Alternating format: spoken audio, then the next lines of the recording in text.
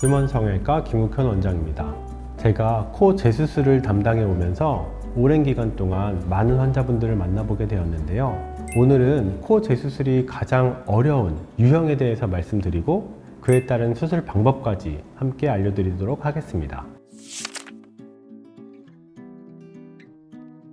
구축코 같은 경우는 바깥쪽에 있는 피부도 잘 안 늘어날 뿐더러 염증 때문에 안쪽의 조직도 많이 손상되어 있는 경우가 많기 때문에 코 안쪽의 내부, 뼈와 연골, 비중격 연골, 코 연골까지도 다시 다 재건을 해줘야 되고 코에 피부까지 늘려줘서 코의 모양을 만들어줘야 되기 때문에 구축코 수술은 여러 가지 면에서 어려운 수술입니다. 구축코의 수술에 있어서는 일단 염증을 제거하고 구축코를 조금 완화시킨 다음에 다시 모양을 만들어주는 2차 수술이 필요하기도 합니다. 염증이 덜 생겨야 되기 때문에 실리콘 보형물의 사용률은 최대한 줄이고 꼭 필요한 부분에만 실리콘을 사용하고 자가 연골을 사용해서 코 연골을 재건하고 코 길이를 연장시켜주는 것이 무엇보다 중요하다고 하겠습니다.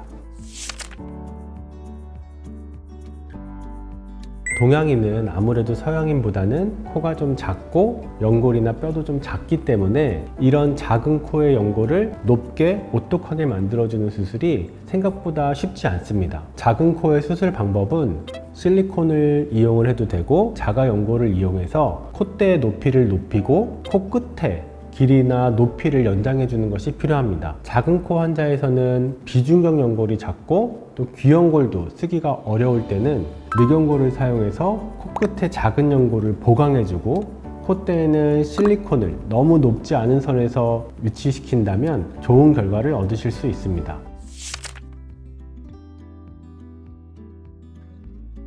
복코의 경우에는 안쪽에 연골이나 뼈를 우리가 작게 만들어 놔도 남는 피부가 덮어줬을 때 그 모양대로 되지 않기 때문에 복코, 큰 코의 교정은 무엇보다 어려운 수술이라고 할 수 있겠습니다. 코끝이 넓은 복코의 경우에서는 살이 많은 경우도 있고 피부가 굉장히 두꺼운 경우도 있고 그 다음에 연골이 벌어져 있는 경우도 있는데 살이 많은 경우는 피부 밑에 피하 조직을 조금 잘라내게 됩니다. 이런 것이 많은 도움이 될 수 있고 수술 후에 피부가 좀 가벼워지고 날렵해지는 코끝을 얻을 수 있습니다. 두 번째는 피부가 두꺼운 경우인데 이 경우에는 실은 조금 높여주는 것이 가장 좋은 해결법입니다. 세 번째로 연골이 넓어져 있는 경우에는 환자분들도 요즘엔 많이 아시는데 흔히 연골 묶기 이런 방법입니다.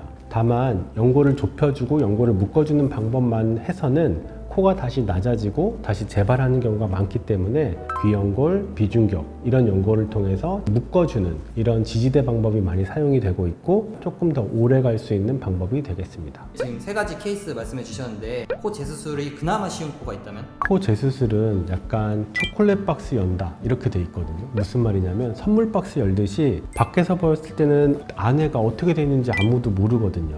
코 재수술이 저희가 쉽다고 생각하는 경우에도 굉장히 어렵고 또 수술하고 나서도 이 수술은 쉽다, 어렵다 이렇게 판단하기 어려운 경우가 많기 때문에 최적의 방법을 찾아서 수술하는 것이 좋겠습니다.